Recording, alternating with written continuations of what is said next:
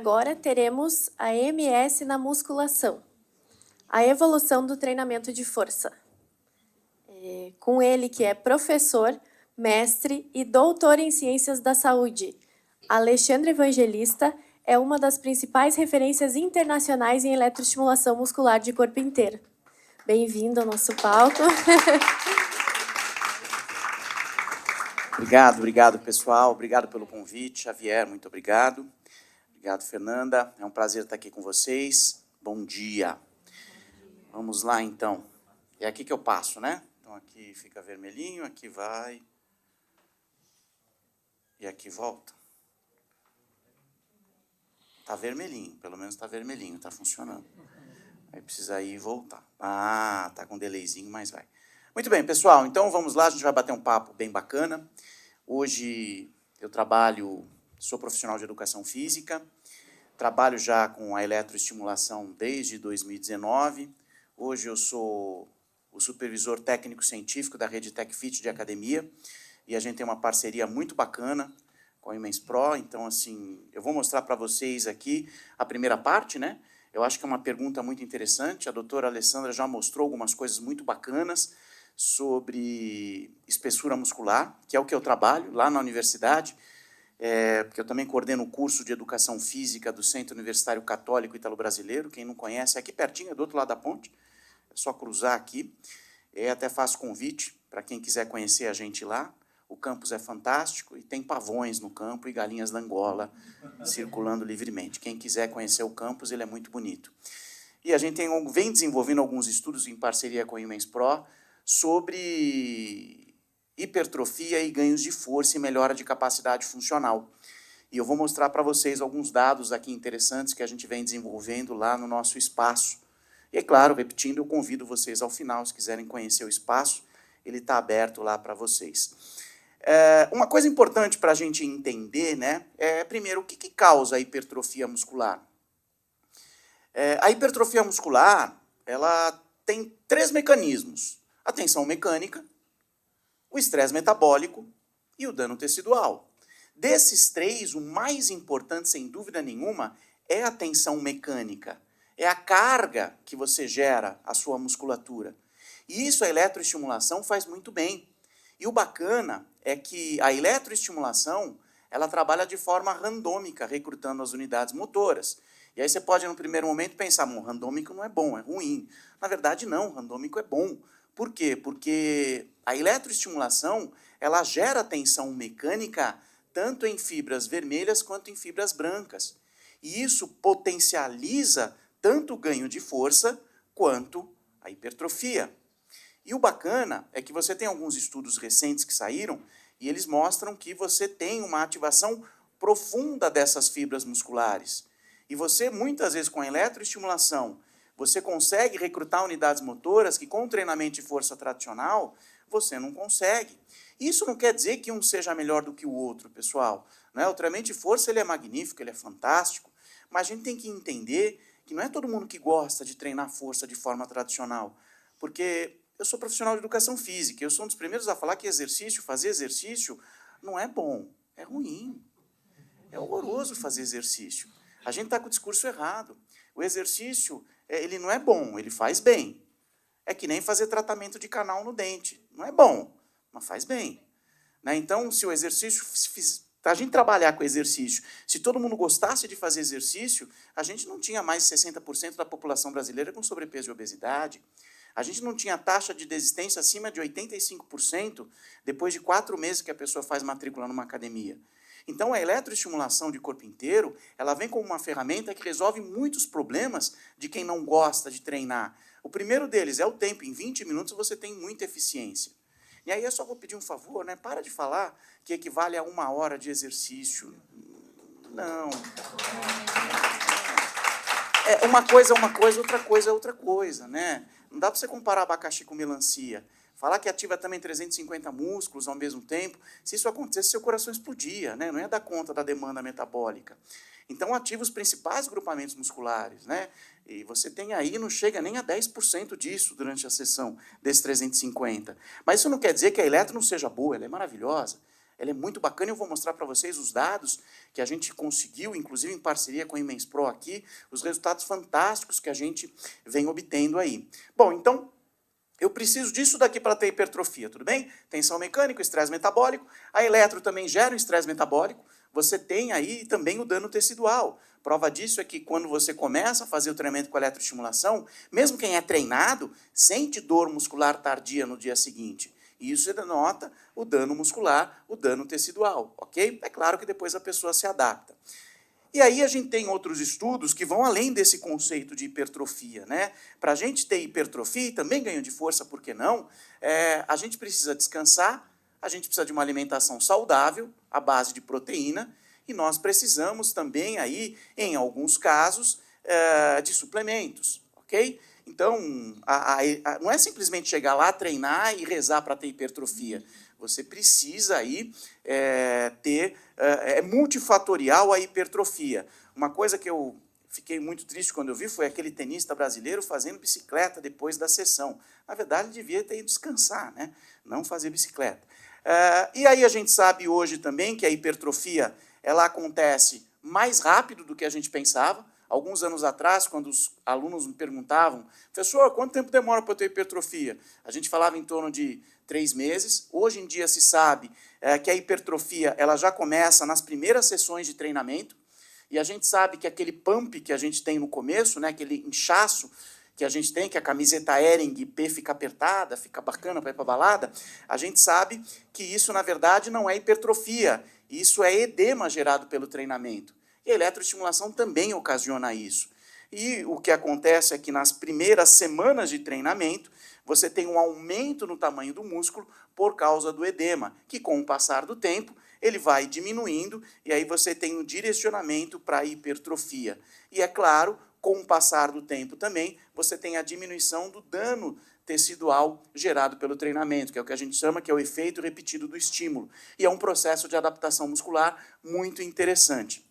Então, no primeiro momento, nas primeiras 4 a 8 sessões de treinamento, você tem aí o edema, que é gerado que gera um inchaço muscular, e depois você tem o aumento da área de seção transversa do músculo pela hipertrofia. O que a doutora Alê falou também, a gente faz muito na universidade, a gente tem um ultrassom lá, e eu trabalho muito com análise de espessura, o thickness muscular que a gente chama. Eu vou mostrar alguns dados muito bacanas aí, quando a gente aplica a eletroestimulação em indivíduos que foram submetidos aí à metodologia de treino. E aí algumas coisas, né, antes de mostrar esses dados, são algumas variáveis que não geram hipertrofia, que durante muito tempo a gente achou que tinha associação com hipertrofia, como, por exemplo, os hormônios. Existe a liberação hormonal aguda, mas, cronicamente, eles não geram influência na hipertrofia.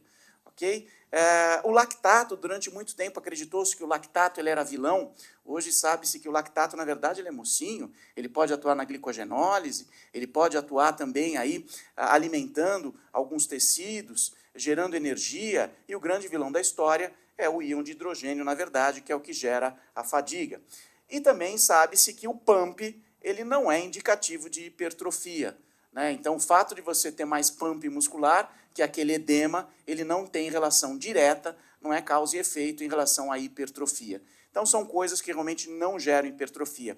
Hoje, o que gera hipertrofia é, basicamente, a tensão mecânica que a gente trabalha com o músculo, alimentação adequada e descanso. E, é claro, acreditar que o Palmeiras não tem mundial ajuda muito também, ok?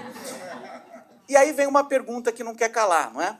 Será que o treinamento de eletroestimulação de corpo inteiro, ele gera ganhos de força e hipertrofia? Eu acho que é uma pergunta muito interessante que a gente tem para fazer. E assim, existem coisas hoje, pessoal, que a gente não tem dúvida, tá? Quando eu comecei a trabalhar lá atrás, em 2019, com a elétrica, ela estava começando a pegar no breu aqui no Brasil, eu tomei muita paulada, né? Muita gente do treinamento de força falando que o choquinho era coisa de charlatão e não funcionava para nada. E aí os estudos começaram a sair. E aí a gente hoje é indiscutível que há melhora de capacidade funcional, os ganhos de força são similares ao treinamento de força tradicional. A grande diferença é que a eletro de corpo inteiro ela é joint friendly, ela é amiga das articulações e você trabalha com menos da metade do tempo do treinamento de força com os resultados. Então, é uma tecnologia fantástica. E aí, é claro, é uma ferramenta a mais para a gente trabalhar com os nossos clientes. Me dói muito o coração quando eu vejo profissional de educação física falando mal de estratégia de treinamento, né, falando mal da Eletro. Então, isso é muito desagradável e muito antiético na minha visão.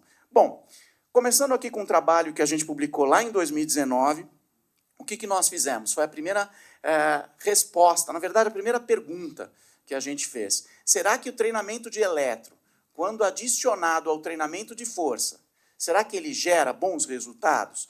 E o que nós fizemos aqui? Nós trabalhamos aí durante 8 semanas, nós pegamos aí voluntários fisicamente ativos, jovens, na verdade foram aí estudantes do curso de Educação Física, e nós dividimos esses indivíduos em 3 grupos. Um grupo que não treinou, um grupo que fazia só o treino de força, e um grupo que fazia o treino de força junto ao mesmo tempo com a eletroestimulação.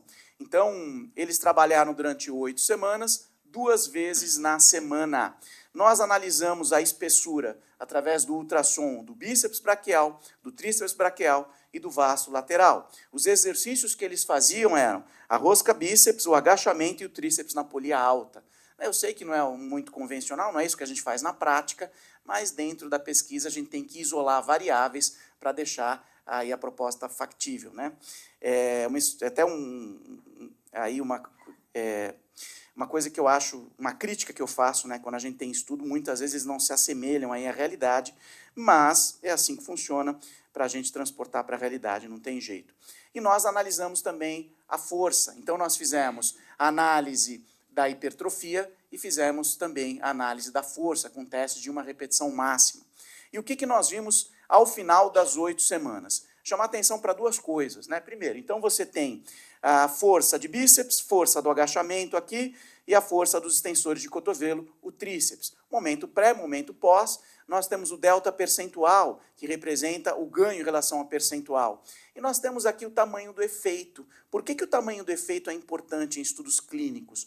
Porque ele mostra o que teve mais efeito em relação às estratégias utilizadas. E aí você tem a divisão entre um efeito desprezível, um efeito pequeno, um efeito moderado e um grande efeito. E o que nós vimos? Que as 2 estratégias, então quem não treinou, quem fez força e quem fez força associado a eletro. Nós vimos que as 2 estratégias, elas tiveram resultado, né, as 2 estratégias de treino. No entanto, quando a gente analisou o tamanho do efeito, a gente viu que esse tamanho do efeito ele foi maior quando o treinamento de força era associado à eletroestimulação. Então, o que isso quer dizer? Isso quer dizer que as 2 estratégias são bacanas, mas se de repente você tem aquele cliente que já treina, que é fisicamente ativo, e você quiser colocar a eletro junto com o treinamento de força, que foi exatamente o que a gente fez, eles faziam os movimentos junto com a eletro, você pode ter benefícios adicionais ao treinamento. Então, a doutora Alê falou muito, né, de saúde e qualidade de vida para indivíduos iniciantes, indivíduos com idade um pouco mais avançada, mas aqui a gente também vê que mesmo para quem é treinado, a eletro tem excelentes resultados, mesmo para quem já tem um bom nível de condicionamento, eram indivíduos jovens, menos de 30 anos. E quando se fala em hipertrofia, bíceps, tríceps e vasto lateral, a gente viu também que o tamanho do efeito ele foi maior tanto para bíceps quanto para tríceps quando era associado à eletroestimulação. Então, o resumo da ópera, você potencializa os resultados com a inserção da eletroestimulação. E por que não, né, fazer isso? Inclusive, lá na TechFit, a gente mudou muito a nossa... Eu adoro falar termos em inglês, porque eu me sinto chique, o nosso mindset. Eu me sinto tão coach fazendo isso. A gente mudou o nosso mindset em relação à prescrição do treino. Os nossos treinos eles eram chatos. Era chato. E a gente tinha um grande problema, que era um cabo, que a gente usava a tecnologia da X-Body, que é excelente, a roupa é super robusta, mas é pesada pra cacete quando você molha. Parecia armadura medieval, era pesado. E aí, com a tecnologia da Women's Pro, a gente teve liberdade. E os protocolos ficaram muito dinâmicos. Tanto que hoje, a gente que é a rede, quem conhece TechFit sabe, a academia é 100 pesos. A gente vai mudar agora, porque a gente vai começar a utilizar halteres, querubel, a gente vai ter equipamento cardio dentro, porque a tecnologia ela abriu a nossa cabeça para muitas coisas. Um outro trabalho que a gente fez também, que a gente apresentou no congresso do Colégio Americano de Medicina Esportiva, esses 2 trabalhos que a gente fez era utilizando a tecnologia da X-Body ainda, ok? Mas calma que eu vou mostrar o que a gente vem fazendo com a Imens Pro, com a parceria que a gente tem. E o que nós fizemos aqui? Acho que uma pergunta que todos vocês aí fizeram em algum momento da vida. Será que se eu trabalho uma vez na semana, eu tenho os mesmos resultados do que treinar 2 ou 3? Foi o que a gente fez. Então, nós trabalhamos com indivíduos também fisicamente ativos, que são... A gente trabalha com o que a gente chama de amostra de conveniência, né? É uma amostra conveniente, porque são estudantes de educação física, são jovens, para isso que os estudantes servem, né? A gente... É isso. E eles ganham hora complementar na faculdade é que nem cigarro na cadeia, entendeu? Vale muito. Então, eles fazem tudo por horas complementares. E aí a gente tem aqui o grupo controle, o grupo que treinava uma vez na semana, 2 e 3 vezes na semana. E a gente usava um protocolo só com peso do corpo dessa vez, que é o que a gente chamava lá na época de protocolo básico 1. Sabe aquele protocolo quando o cliente chega, ele é submetido a esse protocolo? Eu vou mostrar os exercícios aqui.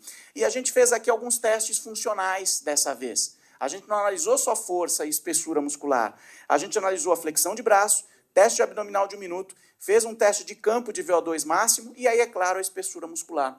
E assim, com esse estudo, pessoal, eu mostro para vocês que trabalham na prática que é simples elaborar uma bateria de testes funcionais. Você não precisa gastar R$1, com exceção do ultrassom, aí, que é um pouquinho mais caro, mas ele faz em 10 vezes se você quiser comprar ultrassom.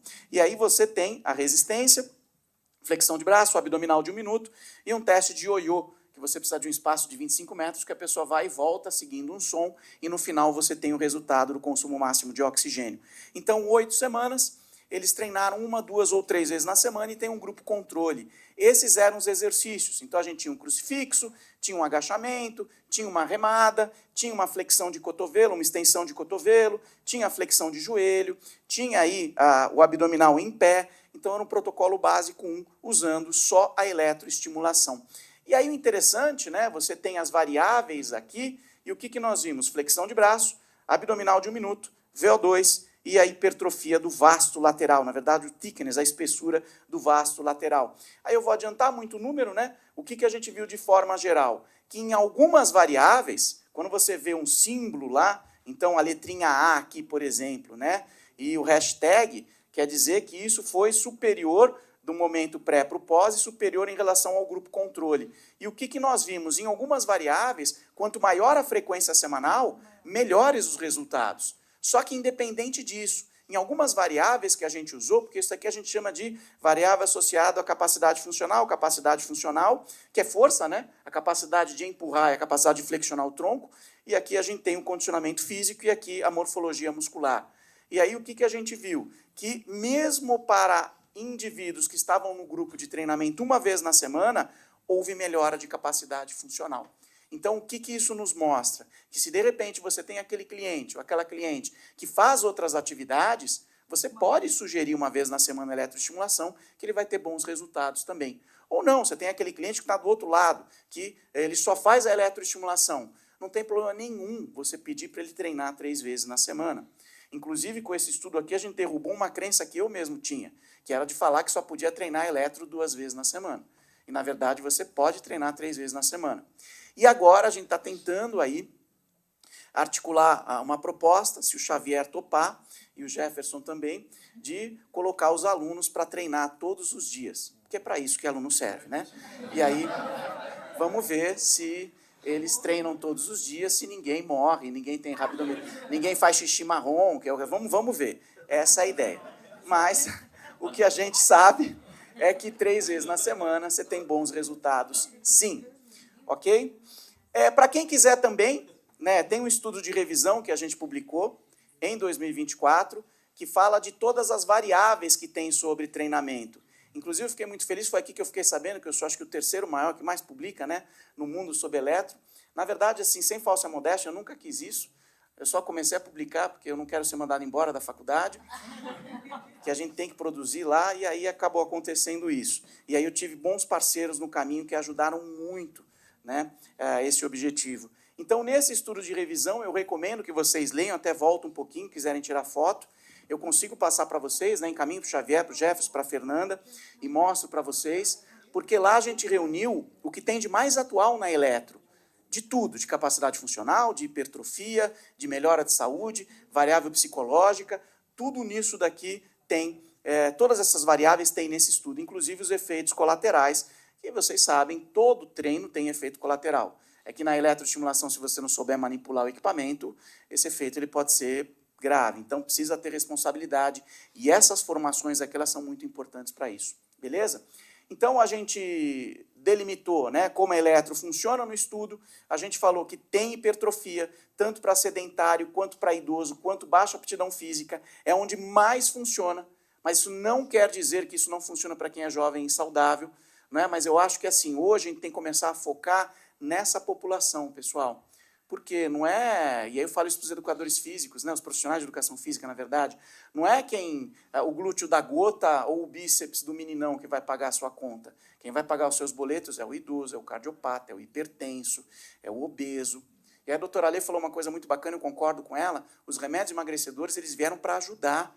Porque olha que bacana, quando você tem indivíduos tomando remédio, já tem dados da ACAD, né, da Associação Brasileira de Academias do Brasil mostrando isso, as pessoas começaram a procurar mais a academia e procurar mais a atividade física depois dos remédios emagrecedores, porque elas começaram a ter alteração corporal e começaram a se aceitar mais, melhorou a autoestima. Agora elas procuram espaços e centros de saúde porque elas não se sentem mais julgadas e aí elas se sentem melhor. Então, o remédio emagrecedor ele é muito bom. E, na minha opinião, tem que tomar durante a vida inteira, porque a obesidade é doença, tem CID.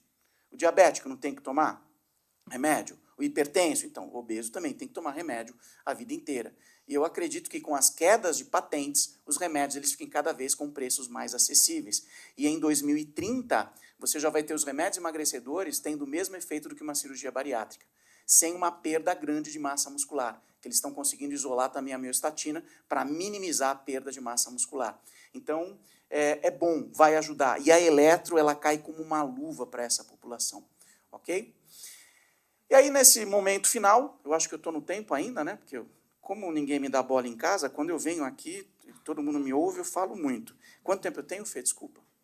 Eu estou sem óculos aqui. Tem 20 minutos? Tá legal. Beleza, então entre 20 e 40 eu termino aqui. Mentira, vou acabar. O que a gente vem fazendo com a eletro, então, pessoal? E claro, se quiserem fazer pergunta, por favor, fiquem à vontade, levantem a mão, a gente conversa. Tá legal? O que a gente vem fazendo em parceria com a Women's Pro?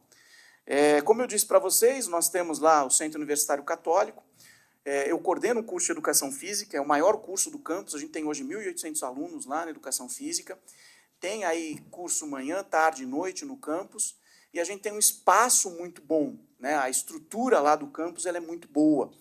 E aí a Women's Pro cedeu aí alguns equipamentos, alguns devices, para que a gente trabalhe com pesquisa. E aí, daqui a 2 semanas, eu estou indo para a Suíça. Chique, né? Minha mãe está tão orgulhosa. Ela não sabe nem como eu terminei a faculdade, ela não está acreditando até hoje, quando eu olho para ela. Ela grudou até na geladeira isso daqui. Então, ela falou, ai, filho, pensei que isso não ia ser nada, você está na Suíça. Então, eu vou apresentar isso daqui. A minha mãe trabalha muito bem com autoestima. Então, eu vou apresentar, daqui a 2 semanas na Suíça, no Congresso Europeu, os dados que eu vou mostrar para vocês aqui agora. Então, o que a gente fez? A gente analisou se o treinamento de eletro, junto com o peso corporal de alta intensidade, ele gerava bons resultados. Então, nesse estudo aqui, nós pegamos 28 homens e mulheres, mais uma vez, fisicamente ativos, né? Lembra daquela amostra de conveniência? A maioria dos estudantes de educação física, eles treinam, grande parte deles, e é o que a gente tem lá. Então, um grupo fazia só o treinamento com o peso do corpo, outro grupo fazia o treinamento com o peso do corpo junto com a eletro. Esse estudo durou um pouquinho menos, 6 semanas, e eles treinavam 2 vezes na semana. E a gente fazia, tem aqui todos os exercícios. Então eles faziam flexão de braço, polichinelo, agachamento com salto, extensão de cotovelo na fita de suspensão TRX, faziam aí o alpinista, que é o mountain climber, né, o escalador. A inteligência artificial traduziu errado, a preguiça de não ler me ajudou. Então, a remada fechada na fita, tinha o burpee, o avanço, a passada, flexão de cotovelo na fita, corrida no lugar, abdominal e o polichinelo, o esquiador. Então, eles faziam tudo isso numa intensidade all out. E a gente trabalhava aí com o tempo de estímulo que trabalhava com 30 segundos, com 10 segundos de pausa. E a gente usou essas variáveis aqui, as variáveis mais padrão, né, da eletroestimulação. Então, 30 on, 10 off, 30 on, 10 off. Eles faziam aí os 12 exercícios em forma de circuito, descansavam 2 a 3 minutos e repetiam mais uma vez. Tudo isso dentro da intensidade ao out. E nós fizemos aquele protocolo de testes funcionais, flexão de braço, abdominal de 1 minuto, o VO2 e a espessura muscular. A parte bacana, pessoal, e aí eu me coloco à disposição, se vocês tiverem interesse de fazer parceria, né, é que depois que você estabelece um protocolo, é só você repetir, replicar esse protocolo. E aí fica fácil. O pessoal fala que fazer pesquisa é difícil, não é tão difícil. Depois que você sistematiza o processo, é mais fácil. Né? A parte difícil, na minha opinião, é a análise estatística, que é um pouco mais trabalhosa de fazer. E aí temos aqui, né, o nosso espaço lá, não é nenhuma Gold's Gym de Key Biscayne, mas é um espaço muito bom que a gente pode trabalhar. Eu não tenho a habilidade que vocês têm aqui, Gina, mas eu dei o meu melhor para colocar a roupa, não é? E molhar a roupa também. Né? E eu acho, não sei vocês, mas eu acho relaxante esse processo de molhar a roupa.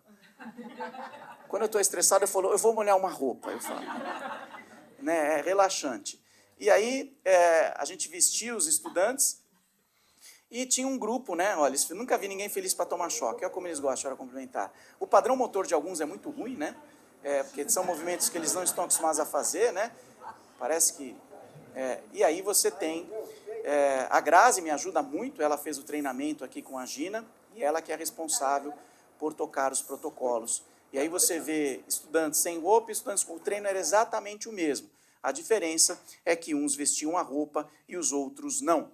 E aí, mais uma vez, né, flexão de braço, abdominal 1 minuto, o burpee até a falha, o vasto lateral a hipertrofia com ultrassom e o VO2 máximo. E o que está destacado em vermelho desta vez é as vantagens. Então, nesse caso, o uso da eletro melhorou em relação ao tamanho do efeito, né, o effect size que está lá, que eu expliquei o tamanho do efeito, melhorou na eletro, a flexão de braço, teve mais resultado, né? O range lá do dedo de correr mostrou que é um efeito maior.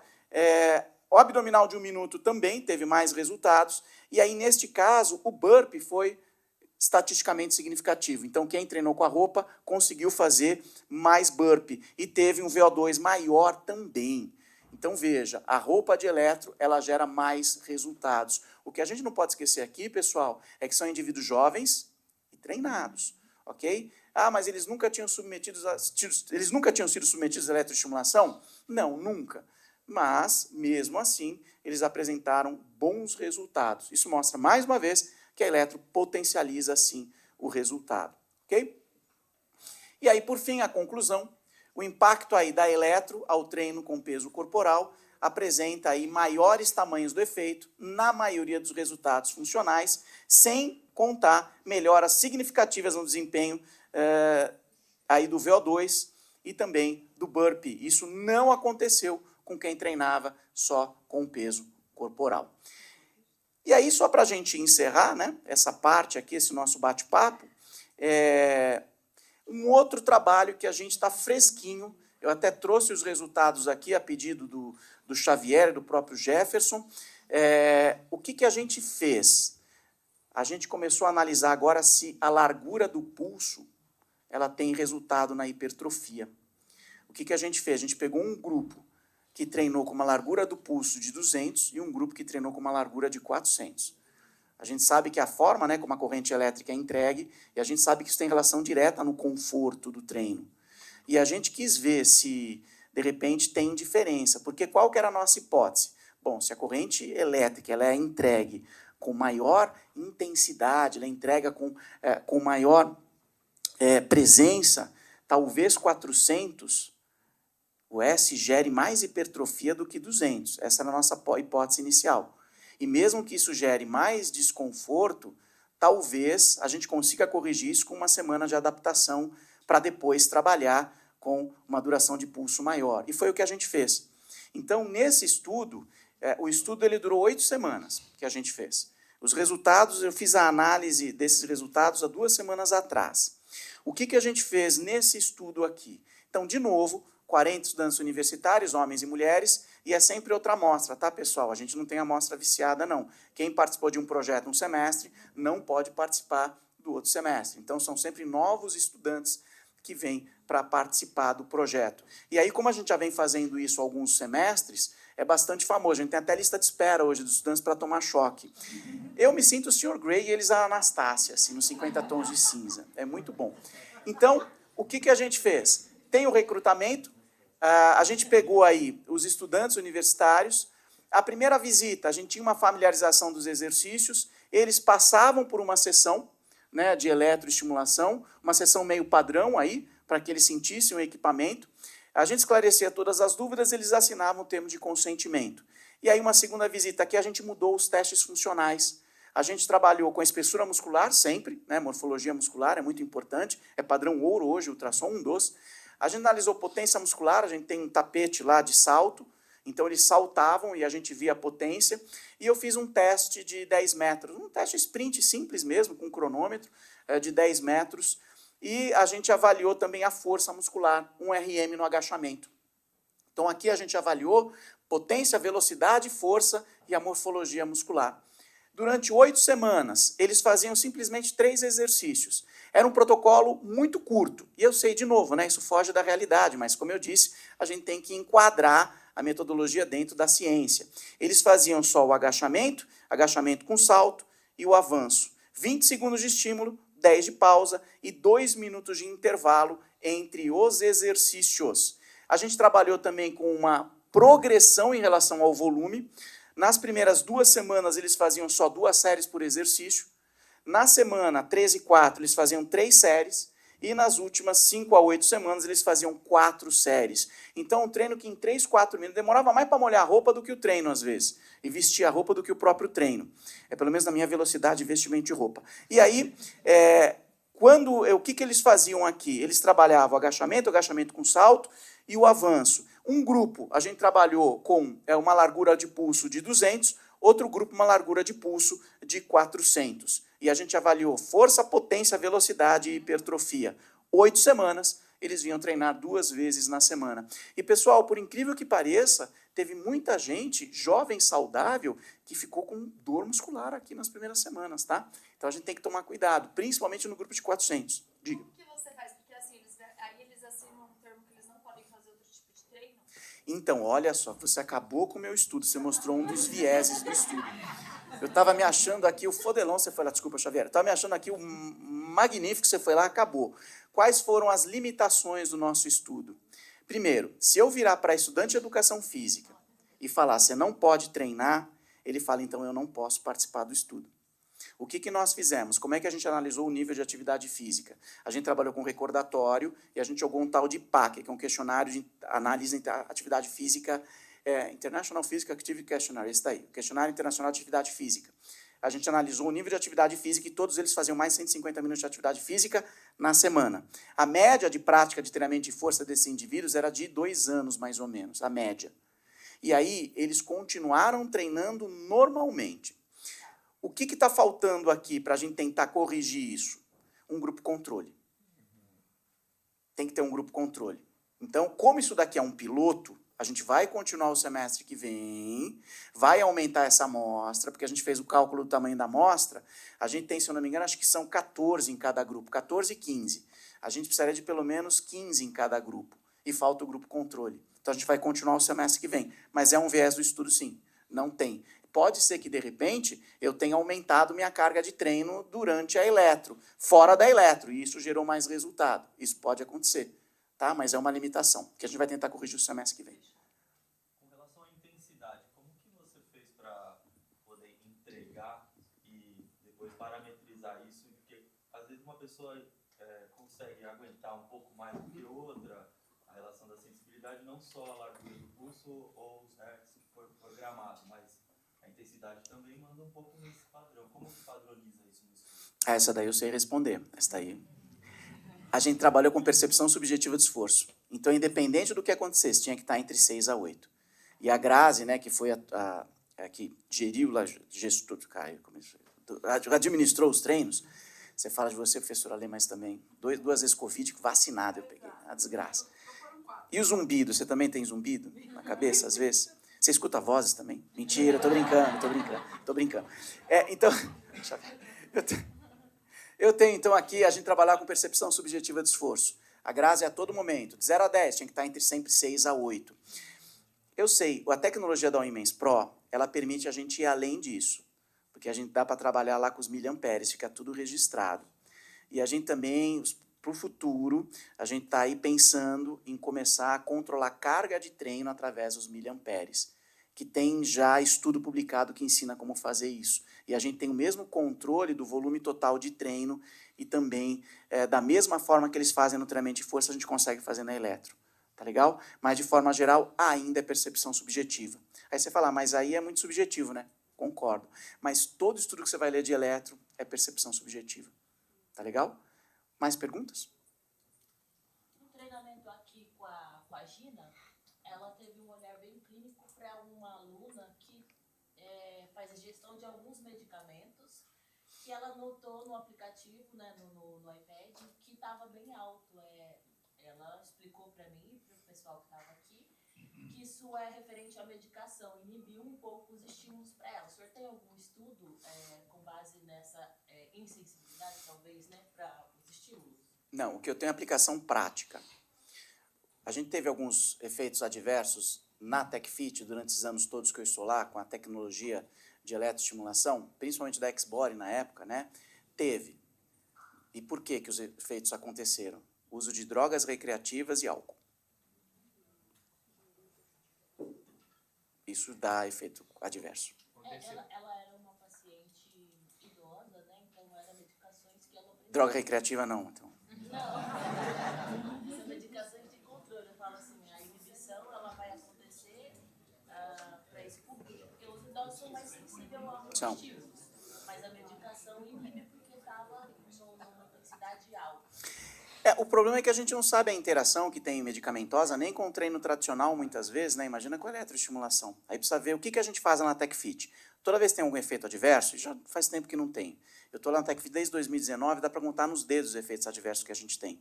Toda vez que tem efeito adverso, a primeira coisa, foi para o hospital? Foi. Fez exame de sangue? Sim. Manda para a gente. A equipe técnica analisa e normalmente a gente vê que tem alteração daquelas enzimas que estão associadas ao uso de droga recreativa e excesso de álcool. Pelo menos das vezes, a maioria foi isso. Teve até um casal que marcou muito, os dois tiveram efeito adverso. Foram por PS e eles foram treinar, acho que num sábado. Sábado de manhã. E aí, aperta daqui, aperta de lá. Aí eles, a gente saiu, talvez tenha abusado um pouquinho na sexta-feira, a gente se empolgou.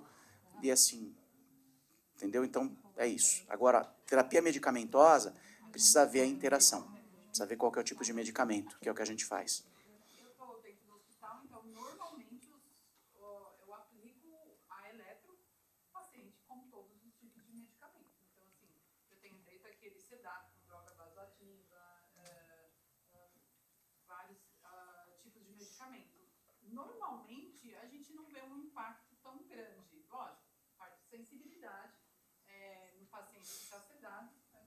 A gente toca uma largura de pulso lá alto. Cria um método de segurança. Exato, até mesmo porque a gente quer recrutar esse músculo. Então, assim, a gente aumenta bastante a largura de pulso naquele paciente sedado, porque eu estou trabalhando com ele sedado, então eu preciso fazer o recrutamento muscular involuntário dele. Mas, assim, mesmo os que não estão sedados, a gente tem N tipos de medicamento e, assim, a gente não tem tanta alteração nessa questão de inibição ali, na sensibilidade.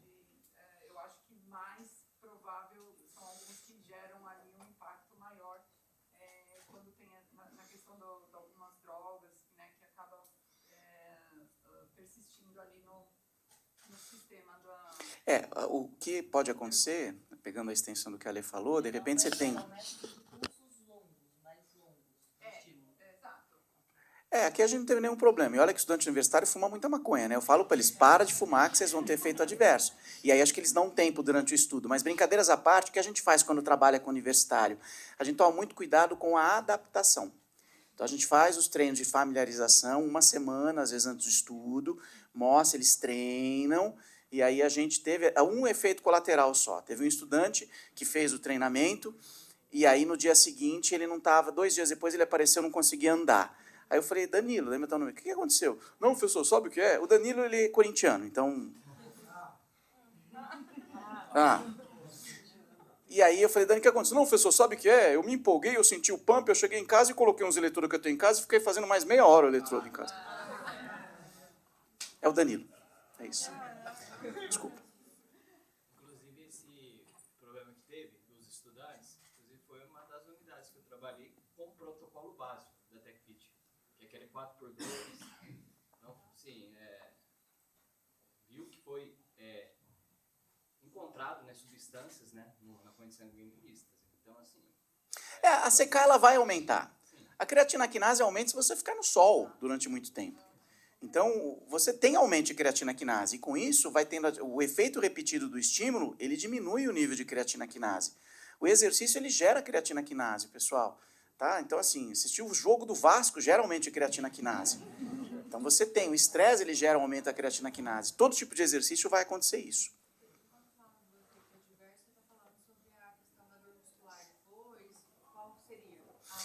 A dor muscular tardia, excessiva, local muito quente, diminuição de capacidade funcional e, em casos mais graves, aí você pode ter a rabdomiólise. Né? Quando a urina ela começa a ficar mais escurecida, ele fica febril, o nível de creatina quinase muito elevado, outras enzimas muito elevadas. Isso nunca aconteceu. Mas vamos lá, 400 e 200, que acabou, levantou a plaquinha lá. Então, aqui a amostra, vejam, né? Eu trouxe aqui para mostrar.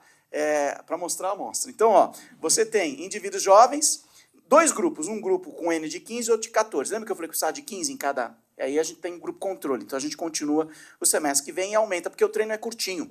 Então, indivíduos jovens, ok? Dentro do peso aí, sem muitas alterações. Bom, basicamente, olha que interessante, os resultados. Espessura do vasto lateral, o grupo 200, o grupo 400, pré e pós. Espessura 1 RM, grupo 200, grupo 400. E 10 metros, grupo 200 e grupo 400. E lá você vê o percentual de melhora, né? Moral da história, pessoal. Para hipertrofia, os dois geram hipertrofia. Pelo menos até agora, são dados parciais, tá? E para força, os dois geram ganhos de força. A única diferença é que o grupo 400 gerou mais velocidade no tiro de 10 metros. E parece que para hipertrofia o resultado é um pouquinho melhor. Mas como a amostra ainda está com N pequena, a gente vai aumentar, a gente não pode inferir isso. O tamanho do efeito aqui foi maior do que no grupo de 200. Tá legal?